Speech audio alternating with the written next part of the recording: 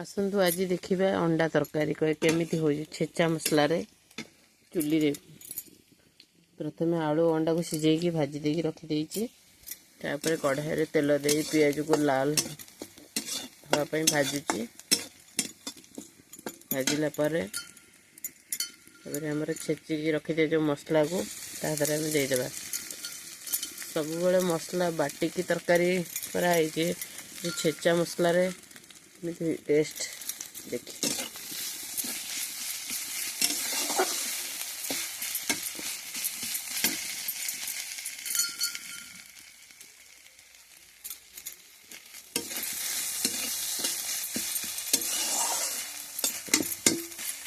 5-10 minute तक जारी होगा छाड़देवा तापर आम तादरे ऐड करवा लुण लंका हलदी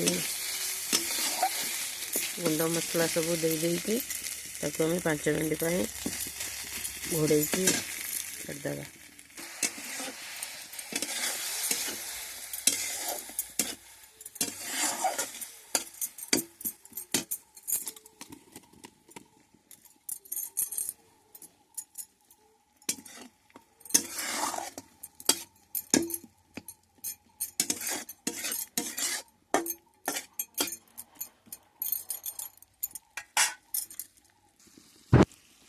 देखो मसला जमी जारी आसो तो आम टमाटर देदेबा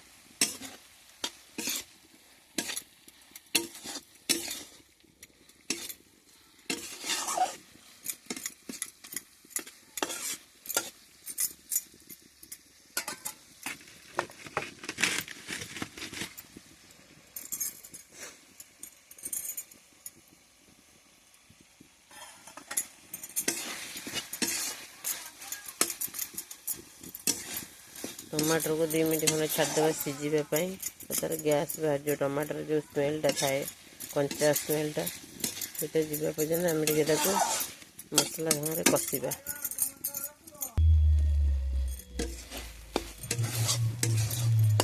टमाटर आमर पूरा सिझीगला मसलार तेल छाड़ा लगे जानवे मसलार तेल छाड़ा माने जानव मसला कषिगला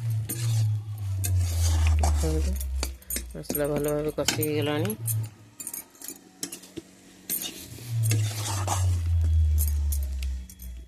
देखो तेल छाड़ी आसला मसला आमर परफेक्ट हो गला। आम जो रखि आलू भाजिकी अंडा भाजिकी आलू अंडा आम तादरे देदेबा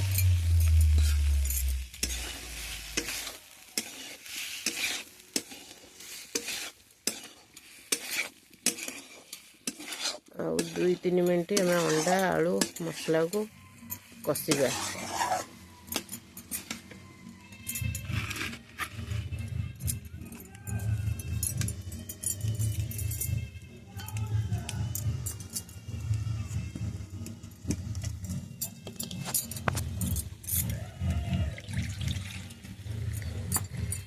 अल्प पानी आम दे आलू अंडा को आम कषा।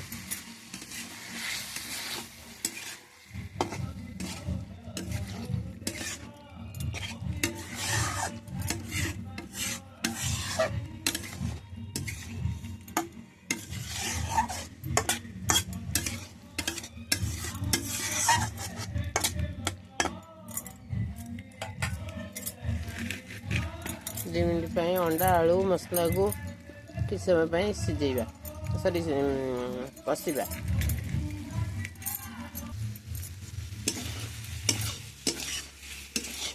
अंडा आलू आमर कषा हो गला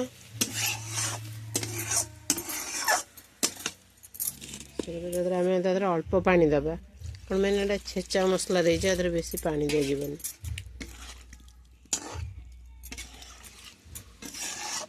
अल्प जुकिया पानी देवा मैंने भल टेस्ट हम।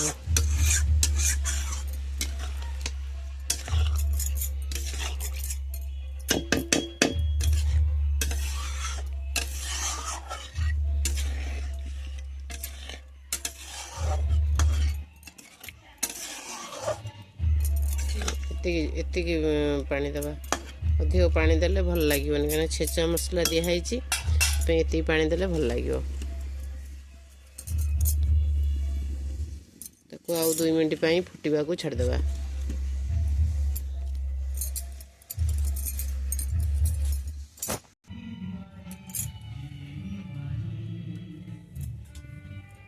ତରକାରୀ ଆମର ଫୁଟିଗଲାଣି।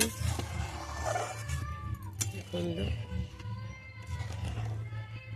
ଆଜି ଛେଚା ମସଲାରେ କରିବାର କାରଣ ଦେଶୀ ଅଣ୍ଡା ତରକାରୀ କରିଛି, ସେଥିପାଇଁ ମୁଁ ଆଜି ଛେଚା ମସଲାରେ ତରକାରୀ କରିଛି। ରେଡ଼ି ହେଇଗଲା ଆମର ଦେଶୀ ଅଣ୍ଡା ଛେଚା ମସଲା ତରକାରୀ।